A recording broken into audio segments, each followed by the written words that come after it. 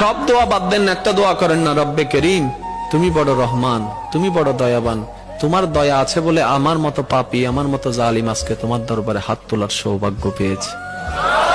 আল্লাহ তোমার দয়া আছে বলে আজকে আমি এখানে বসতে পেরেছি। আল্লাহ তোমার কাছে আমার একটা ফরিয়াদ। তখন আল্লাহ জিজ্ঞেস করবে, কিরে এত মায়া করে কথা বলতেছে, আমার কিছু লাগবে? তখন না বলবেন, ওনাকে কিছু বলতেই দিচ্ছেন, আপনি সব বলতেই আছেন। এবার আপনি বলবেন, যখন রব্বে করিম জিজ্ঞেস করবে বান্দা কিছু লাগবে, তখন আপনি বলবেন আল্লাহ কিচ্ছু চাই না। তো কিছু একটা চা, আল্লাহ কিচ্ছু চাই না, কিছু একটা চা। এতদিন তো অনেক চাইছস, লিস্টি বলছস, আজকে বলবি না? আল্লাহ না, আমার লিস্টি লাগবে না, তো কি চাস? এবার আপনি বলবেন আল্লাহ আমি শুধু তোমাকে চাই।